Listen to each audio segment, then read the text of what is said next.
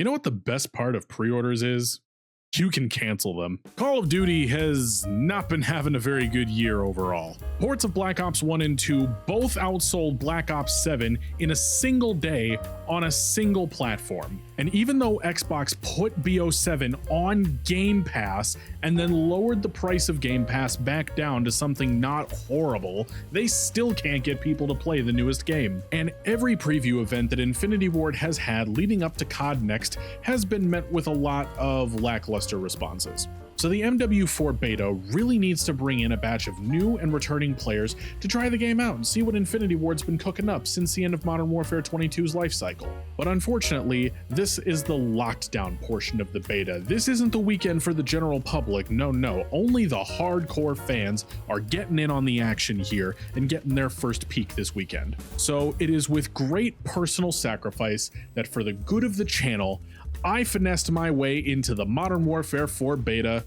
so you don't have to. Now, immediate reactions from most people are gonna be, funny, did you really pre-order MW4? I thought you hated Call of Duty. Hypocrite! And yes, I did pre-order MW4, but not for the reason you think. The Xbox app on PC doesn't actually charge your card when you pre-order a game on it. You get a little pop-up instead that notifies you that you will be charged 10 days from the release of whatever game you're pre-ordering. So with that knowledge in mind, I went ahead and clicked OK and started downloading. And some people are still gonna go, but then funny, they'll see that you pre-ordered. Yeah, they will. You know what else they're gonna see? The cancellation that goes through once this closed part of the beta ends. But I wouldn't be too worried about that because clearly they're seeing some kind of back-end data that the sales are down already, and it's showing that no one is interested in this shit right now because they are practically tossing out closed beta codes like a trust fund virgin tossing singles on stage at a strip club. If you have Discord Nitro, you immediately get a beta code for free. Many people are reporting getting beta codes in their emails as well. And they also have a habit of giving a lot of prominent content creators in the community beta codes to give out to their fans. So needless to say, the closed beta this year ain't exactly the exclusive club it normally is. It's more like a phone store in the trap with a dude out front spinning a sign just begging someone to come in and spend some money. Sad buskering aside though, the only thing that truly matters here is the game itself. Infinity Ward has been on most people's shit list for the past 7 years since MW 2019 came out and introduced a litany of the modern COD problems that we've been dealing with ever since. And I know I'm relatively alone in this thought process, but I actually really loved Modern Warfare 22 for a good chunk of its life cycle. Now, part of that was DMZ and the fact that I did have like 2 to 3 friends playing with me at any given time. But despite how much I really enjoyed MW22, I can fully acknowledge the problems that the game had. And I can honestly say, I'm not having any of those problems in MW4. They seem to have found a middle ground between Modern Warfare 2019 and 22 when it comes to the movement. The game doesn't just feel like a cocaine or a Valium simulator, the movement feels balanced. Yes, you still have people scooting their boot across the map like a dog on a carpet, but the slide isn't a must-use technique like it has been for the past 3 years, but it also isn't as useless as it was in Modern Warfare 22. Now, I've also been very vocal about how much I hate tac sprint as a game mechanic, but in this iteration it's not bad. It doesn't feel dramatically faster than a normal sprint, but it does feel like a decent speed boost that can help you close the gap between you and a piece of cover. One thing you'll notice is that when you're reaching the end of your tac sprint, your gun starts to lower a bit and you'll gradually decelerate rather than just going straight from Battle crack to regular crack. Still don't love it, mind you, but it's less jarring. So moving around the map feels good, and in this game in particular, it feels like map knowledge is coming back into the skill gap. Black Ops 6 and 7 both felt like nothing aside from your ability to keep your butthole constantly pressed against the ground at top speed mattered. No matter what other skills you had, a colon-powered turbo TikTok brain rot crotch goblin was gonna mow you down at top speed regardless. So thus far, movement is back in my good graces as a game mechanic. Keeping in mind that IW f***ed the movement in Modern Warfare 22 between the beta and the full launch, so they still have plenty of time to repeat their old mistakes here. But the movement doesn't matter if the maps are a clusterfuck, and they included a fucking meat grinder map in the beta. Like, I'm genuinely curious, who the fuck thought this was a good idea? Meanwhile, at Infinity Ward headquarters. We're getting a lot of bad press lately. Nobody's excited for our beta. Tough decisions. I know. Let's put shipment in the beta. But sir, we only include those maps to grind camos and guns for Warzone, and nothing they do in the beta is going to carry over to the full game, sir. I don't pay you to think, Johnson. I pay you to pump out brain rot maps and Nicki Minaj skins. So hop to it before I replace you with Claude. Now, to be entirely fair, this meat grinder map isn't nearly as bad as most of them. I mean, the thought of ever seeing Shipment, Das House, or any of the face-off maps from the past 2 years makes my fucking teeth hurt, but it's still not good. Now, of the maps that you could actually consider maps and not just background footage for an updo Reddit video, my rankings are Silkworm at number 1, Cachette at number 2, Rooftop, and then Transit 312 in dead last. They all feel like more Treyarch inspired maps with some solid laning as well as the typical side cuts, but they have just enough variety in them to not make every fight a look straight down the lane gunfight.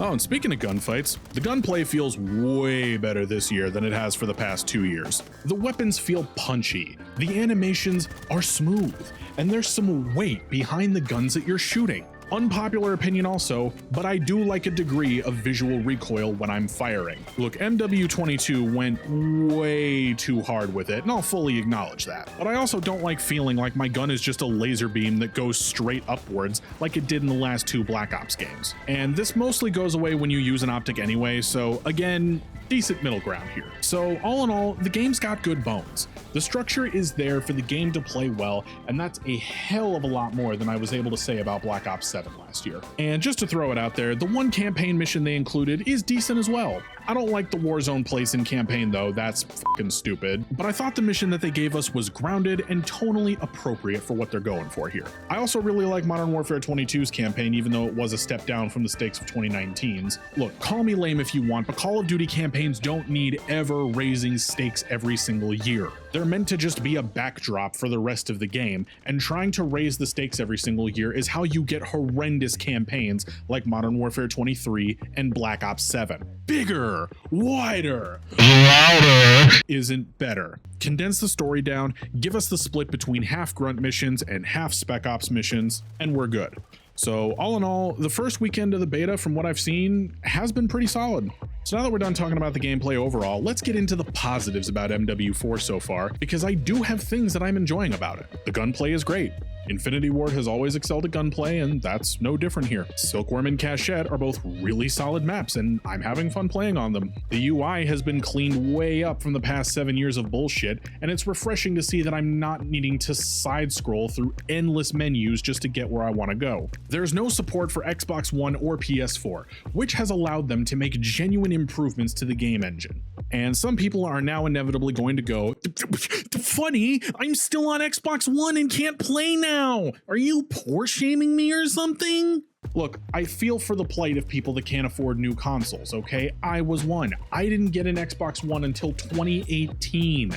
And I only got it because I ended up getting a decent tax return that year. But we are 6 fucking years into this console generation, and yeah, the hardware has gotten more expensive for the first time ever, but a Series S for most of this generation was only $300. You're telling me that in 6 years, $300 to $500 was too much for you to save up for a console upgrade, yet you were able to shell out $70 a year for the new game, plus $30 every season for the Black Cell Battle Pass, plus the cost to replace your controllers you kept breaking because your console is running off a hard drive that could be confused with a rusty chainsaw and can't keep up with current generation games. When the Xbox One and the PS4 came out, you got 3 years of cross-gen games. You got Ghosts, Advanced Warfare, and Black Ops 3, and the last-gen ports of the latter two were complete fucking garbage, and then you got left behind. Be glad they left the ladder down as long as they did for you. The Create a Class system is pretty slimmed down and also lets you pick your streaks and operator per class, so that's a nice touch. Oh, speaking of classes, Ninja and Ghost are also in the same perk tier, which I absolutely love. Wah! I can't sprint at full speed and stay off the minimap and stay silent with my footsteps. Deal with it.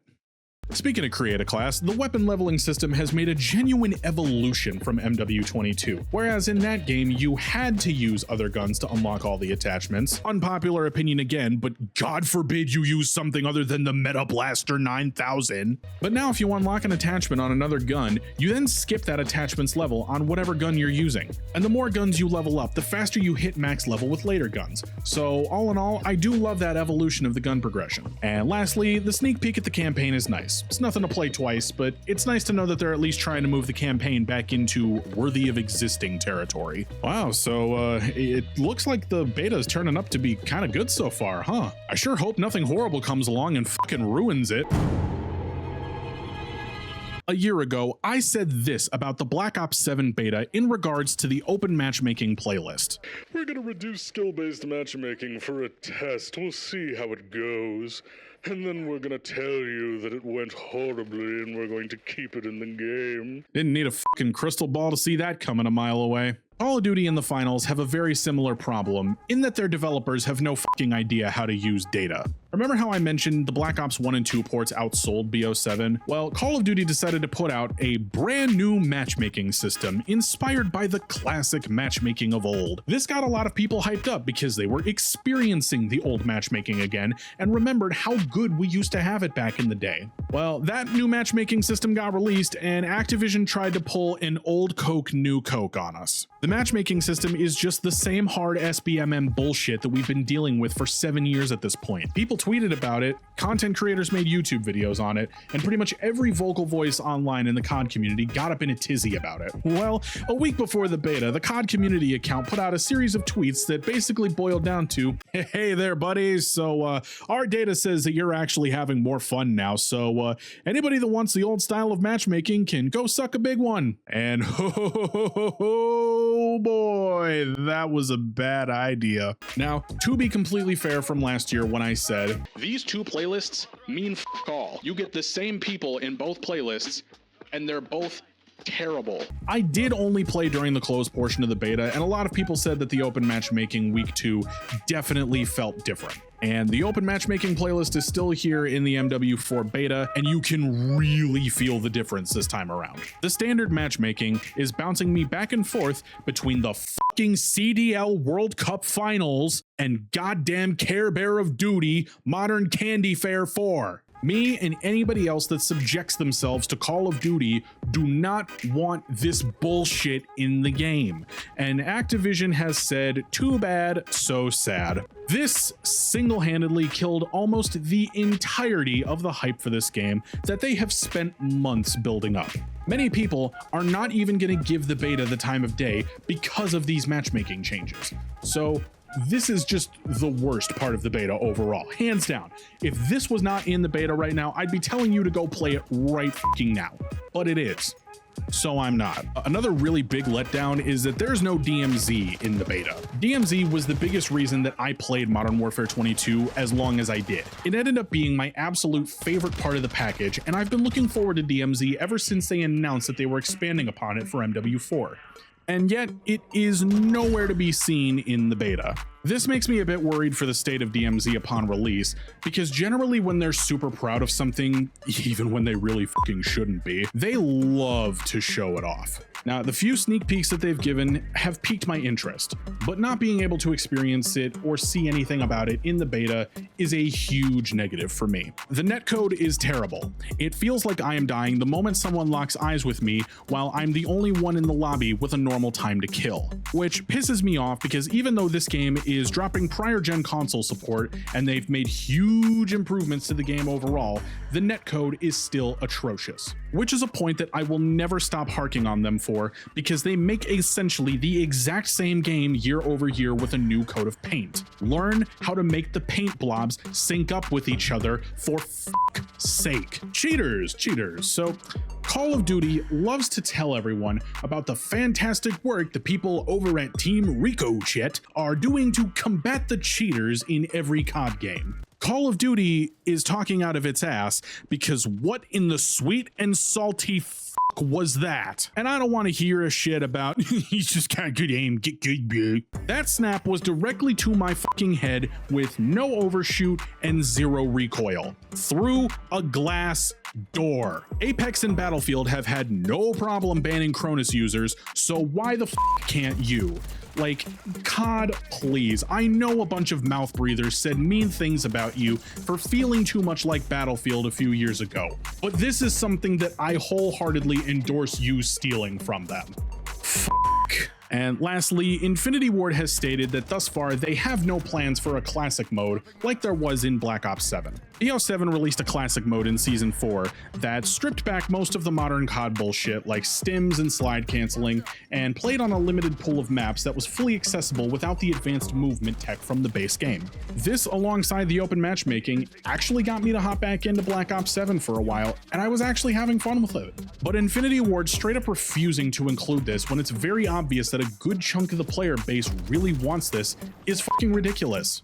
Like, if they include a classic mode that will only be played with the open matchmaking, I will buy the Vault Edition tonight. But if they're dead set on not including it, it makes buying the game that much harder to recommend because, once again, BO1 and BO2 are Eiffel towering BO7 sales numbers. The people have spoken. All right, and last but not least, let's talk about the ugly. Things that aren't necessarily bad, but I'm still not happy about them anyways. They added a display that lets you see in the matchmaking queue which servers you're connecting to.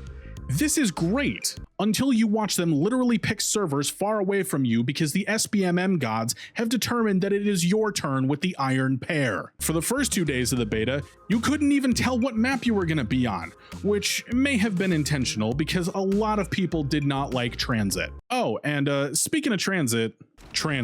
Look, in my opinion, it is far from the worst small map in COD history, and with the movement being where it is right now, I don't mind it all that much.